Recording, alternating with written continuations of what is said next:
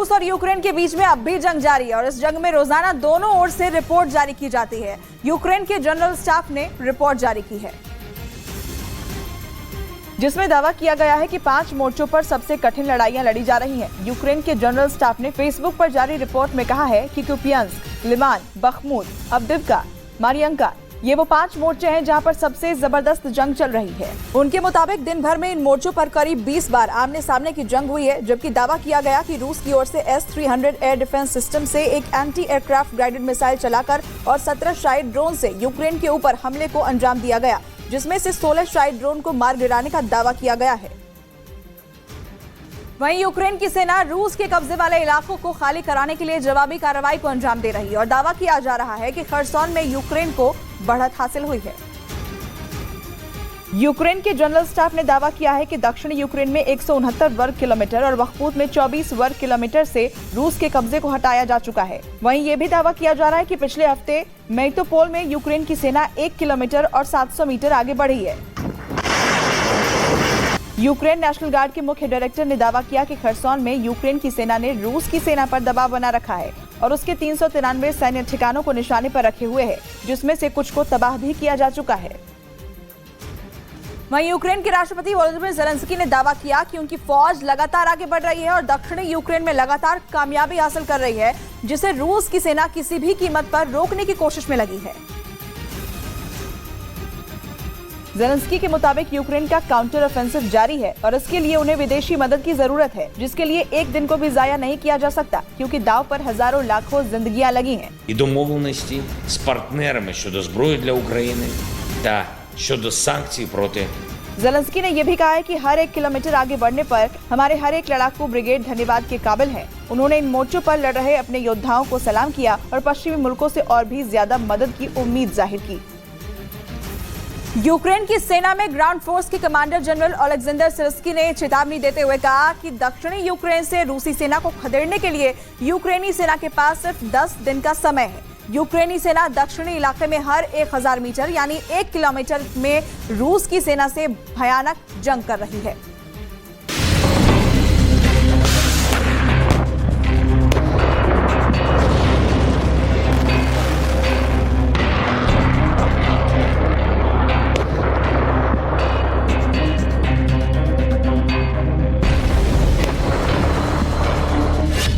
दक्षिणी यूक्रेन में आखिरी युद्ध शुरू।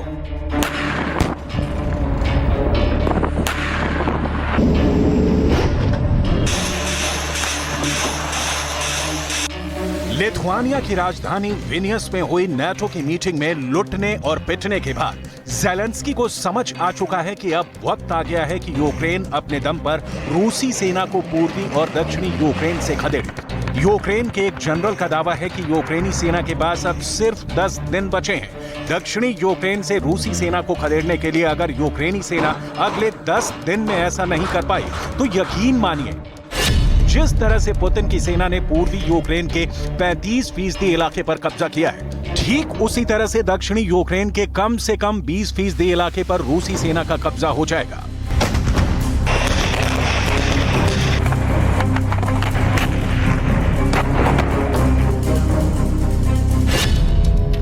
यूक्रेन के पास बचे सिर्फ 10 दिन।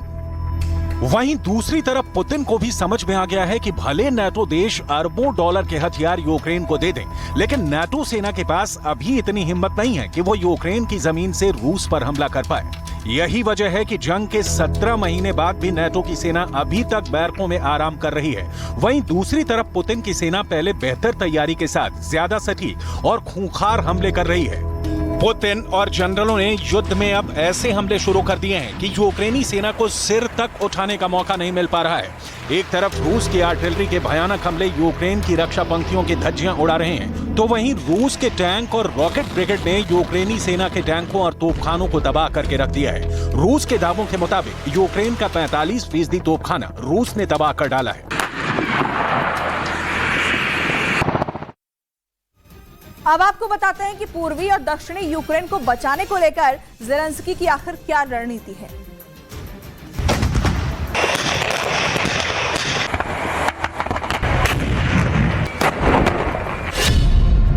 पुतिन का आदेश 24 घंटे में 300 हमले।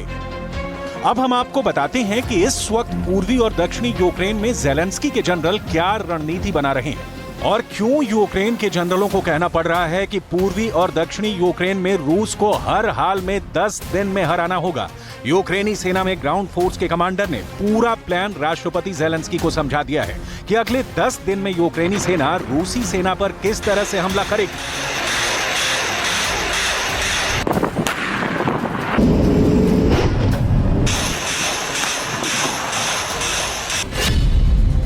यूक्रेनी ग्राउंड फोर्स के कमांडर जनरल ओलेक्जेंडर सिरस्की दक्षिणी यूक्रेन में पिछले 6 महीने से रूसी सेना से मुकाबला कर रहे हैं, लेकिन अब जनरल सिरस्की ने दावा किया है कि यूक्रेनी सेना ने दक्षिणी यूक्रेन में रूसी सेना को पीछे खदेड़ना शुरू कर दिया है। लेकिन साथ ही कमांडर जनरल ओलेक्जेंडर सिरस्की ने यह भी माना है कि दक्षिणी इलाके से रूसी सेना को खदेड़ने में यूक्रेनी सेना को भारी नुकसान भी हो रहा है। रॉयटर्स की रिपोर्ट के मुताबिक पिछले 24 घंटे में यूक्रेनी सेना ने दक्षिणी यूक्रेन में रूस के 200 से ज्यादा सैनिकों को मार डाला है। लेकिन वहीं यूक्रेनी जनरल ये भी मानने को मजबूर हुए हैं कि सिर्फ 1000 मीटर की दूरी तय करने में यूक्रेनी सेना को भारी नुकसान हो रहा है। जनरल सिरस्की का दावा है कि यूक्रेनी सेना को रोकने के लिए दक्षिणी यूक्रेन में रूसी सेना की लड़ाकू ब्रिगेड ने कोई कसर नहीं छोड़ी है। यूक्रेनी सेना को उम्मीद थी कि वो क्राइमिया प्रायद्वीप पर कब्जा करने के लिए क्राइमिया पुल से रूसी सेना का संपर्क काट देंगे, लेकिन वो मिशन भी यूक्रेनी सेना पूरा नहीं कर पाई है।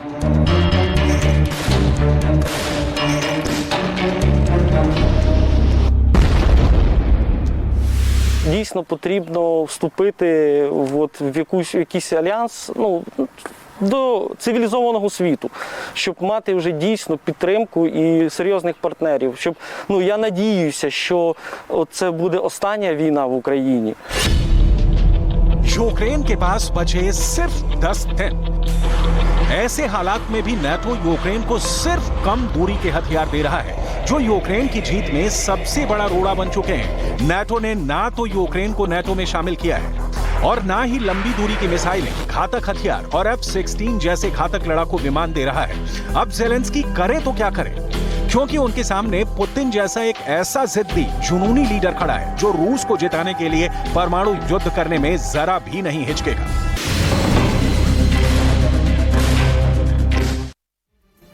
वहीं पश्चिमी देशों का दावा है कि हथियार की कमी से जूझ रहे रूस ने बड़े पैमाने पर गोला बारूद बनाने का काम शुरू कर दिया है।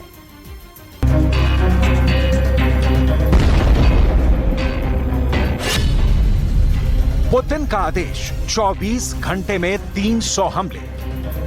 पश्चिम देशों के खुफिया एजेंटों के मुताबिक इस वक्त रूस ने बेहद भयानक तरीके से मिसाइल, बम, रॉकेट का उत्पादन शुरू कर दिया है। रूस के रक्षा मंत्री से लेकर रूस के टॉप जनरल तक इसी कोशिश में हैं कि पूर्वी और दक्षिणी यूक्रेन पर कब्जा करने के लिए गोला बारूद की जरा भी कमी नहीं रहनी चाहिए, क्योंकि पुतिन ने एक हफ्ते पहले ही आदेश दे दिया है कि यूक्रेन की राजधानी कीव समेत 13 शहरों पर हर 24 घंटे में कम से कम 300 से ज्यादा हमले लगातार होते रहने चाहिए।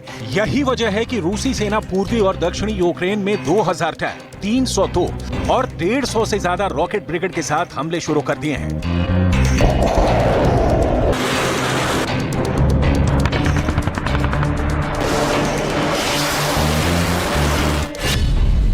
यूक्रेन के पास बचे सिर्फ 10 दिन। इस वक्त रूसी सेना के जनरलों और लीडर्स में युद्ध करने की जबरदस्त भूख जग गई है। रूस को एहसास हो चुका है कि नाटो यूक्रेन को हथियारों से ज्यादा कोई मदद नहीं कर पाएगा। इसीलिए अब रूस ने अगले 10 दिन में यूक्रेन के पूर्वी और दक्षिणी इलाके पर पूरी तरह से कब्जा करने का प्लान बना लिया है। जरा रूसी सेना के जनरलों और पुतिन के करीबी दिमित्री मेदवेदेव की ये तस्वीरें देखिए, जहां पर रूस के पूर्व राष्ट्रपति और रूस की सुरक्षा परिषद के प्रमुख दिमित्री मेदवेदेव रूसी सेना की जबरदस्त तैयारियों का मुआयना कर रहे हैं।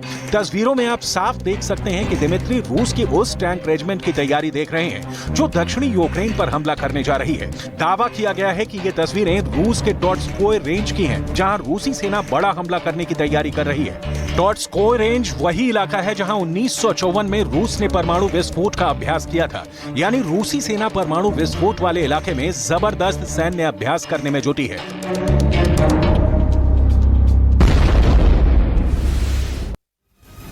इस युद्ध में यूक्रेन अब बुरे तरीके से फंस गया है। पूर्वी और उत्तरी यूक्रेन के साथ साथ रूस की सेना यूक्रेन के दूसरे इलाकों पर भी जोरदार बम बरसा रही है।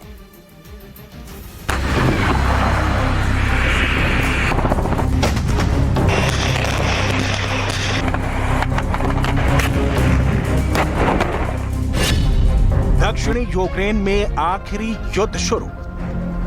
ज़ेलेंस्की का यूक्रेन अब पूरी तरह से जंग में फंस चुका है। एक तरफ रूस यूक्रेन के पूर्वी, दक्षिणी और उत्तरी यूक्रेन पर हर दिन 200 से ज्यादा मिसाइल हमले कर रहा है, जबकि पिछले 24 घंटे में रूस ने एक बार फिर से बखमूत समेत कई इलाकों में यूक्रेन के काउंटर अटैक के जवाब में 2000 टैंकों के साथ हमला किया है।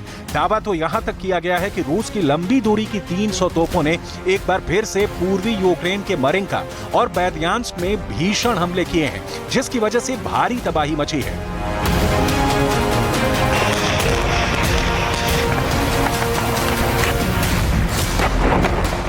इधर राष्ट्रपति ज़ेलेंस्की ने लगभग 17 महीने की भीषण जंग के बाद ऐलान कर दिया है कि किसी भी कीमत पर युद्ध नहीं रोकेंगे, लेकिन पुतिन ने साफ कर दिया है कि वो चुन चुन कर नाटो के टैंक तबाह कर देंगे। फिर देखते हैं यूक्रेन जंग कितने दिन टिक पाती है।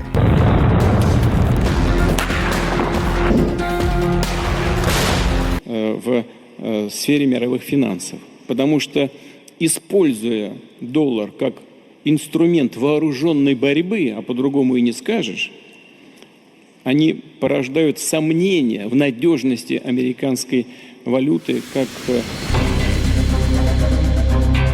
कुल मिलाकर यूक्रेन के लिए अगले 10 दिन करो या मरो वाले होने वाले हैं, क्योंकि रूस यूक्रेन के काउंटर अटैक के जवाब में अब बड़ा हमला शुरू कर चुका है।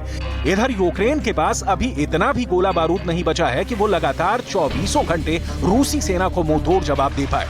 अब देखते हैं ज़ेलेंस्की का यूक्रेन रूस के तूफान को कैसे रोकता है।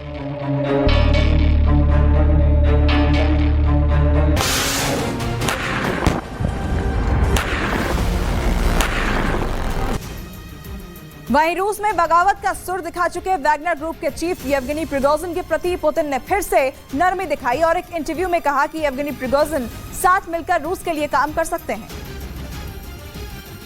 जबकि येवगेनी प्रिगोजिन ने मॉस्को के खिलाफ पिछले महीने मोर्चा खोल दिया था और रूस के सैनिकों पर ही हमला बोल दिया, लेकिन रूस के एक अखबार को दिए इंटरव्यू में रूस के राष्ट्रपति व्लादिमीर पुतिन ने कहा कि प्रिगोजिन के साथ यही समझौता हुआ था और समझौते में ये एक प्रस्ताव था कि वैगनर के लड़ाके अपने मौजूदा कमांडर के अधीन रहेंगे और इसलिए पुतिन ने कहा कि वो एक जगह इकट्ठा हो सकते हैं और अपनी सेवाएं जारी रख सकते हैं और कुछ भी नहीं बदलेगा। उन्होंने ये भी कहा कि उनका नेतृत्व वही व्यक्ति कर रहा होगा जो उस समय उनका कमांडर रहा होगा, यानी पुतिन प्रिगोजिन की ओर इशारा कर रहे हैं कि वही वैगनर ग्रुप के प्राइवेट लड़ाकों के कमांडर बने रहेंगे। 23 जून को रूस के 2 एयरबेस पर कब्जा कर लिया था और 25,000 सैनिकों के साथ मॉस्को की ओर बढ़ रहे थे। तब बेलारूस के राष्ट्रपति लुकाशेंको की दखल पर एक समझौता हुआ और बागी प्रिगोजिन ने बेलारूस में नया ठिकाना बनाया।